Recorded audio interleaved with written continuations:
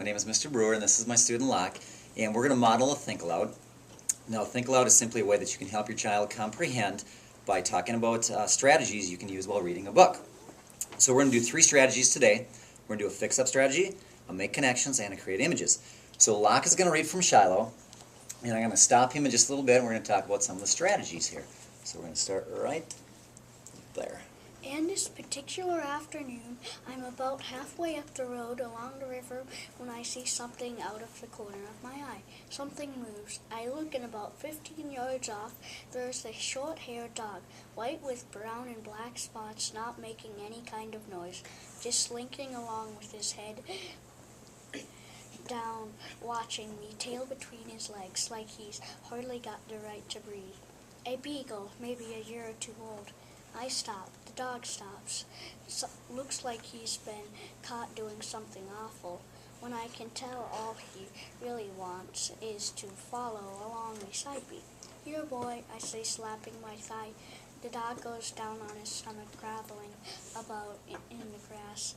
I laugh and start over toward him. He's got a worn-out collar on, probably older than he is. All right, we're going to do a fix-up strategy here. Now, Locke, do you know what groveling means? No. No. So here's what it says about groveling. It says, dog was down on his stomach, groveling about in the grass. So when we think of a fix-up strategy, we're going to reread it a couple times, and then think of the context clues and what would possibly make sense. So, dog was down on his stomach, groveling about in the grass. What do you think it might mean? It might mean rolling around. Okay, and I got my little Webster's dictionary here, and here's what it says groveling means. To grovel means to creep or lie face down on the ground. So, Locke, that confirms his prediction there, that was groveling was rolling around on the grass. We're also going to do a making connections. So when we make a connection, what we're going to do is we're going to think about how this story relates to something that we know. So I was telling Locke earlier that this summer we had a little dog in the middle of the road, and my son Joan and I were driving by in our car, and we just about ran over this dog. And so we got out. It's like 9:30 at night, a little black dog. We went to all the neighbors, and nobody knew whose dog it was, so we took it home. Well, the next morning when we got up, there's this lady going through, and I can't remember the dog's name, so we'll call the dog Lucy. But she's going through on her rollerblades going, Lucy, Lucy. And we run out there, and the lady, we said, we've got a dog here. And they said, she said, well, that's my dog, and she's crying, and she's just so happy that she found her dog. And we said, well, yeah, the dog was really shaking last night when we picked her up, and she wouldn't let us go to the dog. And we said, well, what happened last night?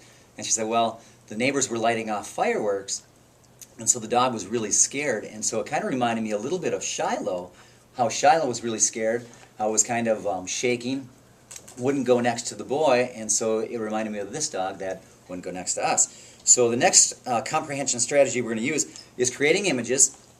So we're going to think about what we hear, what we see, what we feel, and see if we can make a connection here. So I'm going to have Locke read a little bit longer here.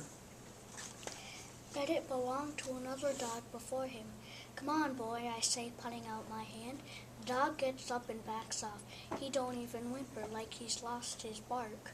Something really hurts inside you when you see a dog cringe like that. You know somebody's been kicking at him, beating on him maybe. It's okay, boy, I say, coming a little closer, but still he backs off. So I just take my gun and follow the river. Every so often I look over my shoulder, and there he is, the beagle. I stop, he stops. I can see his ribs, not real bad, but he isn't plumped or anything. There's a broken branch hanging from a limb out over the water, and I'm wondering if I can bring it down with one shot. I raise my gun, then I think how the sound might scare the dog off. I decide I don't want to shoot my gun much that day. It's a slow river. You walk beside it. You figure it's not even moving. If you stop, though, you can see leaves and things going along. Now and then a fish jumps, big fish. Bass, I think. Dog's still trailing me, tail tucked in. Funny how he don't make a sound. Finally, I sit on a log, put my gun at my feet, and wait. Back down the road, the dog sits right in the middle of it, head on his paws. Here, boy, I say again and pat my knee. He wiggles just a little, but he don't come. Maybe it's a she-dog. Here, girl. Why don't we stop right there? Let's talk about things now that we hear. I heard a boy whistle. I heard the soft yelps of the dog and the river flowing. What else did you hear in the story? I heard the dog silently trailing him in the rustle of the leaves. All right, very good. What did you see? I saw the dog kind of cowering down. Is there anything that you saw? I saw the boy sitting on a branch and putting his gun at his feet. Okay, very good. What did you feel? I know I felt like sadness for the dog, like somebody was probably abusing the dog. What did you feel? I felt kind of worried that the dog wasn't going to survive. All right. So this is just a think aloud in a nutshell.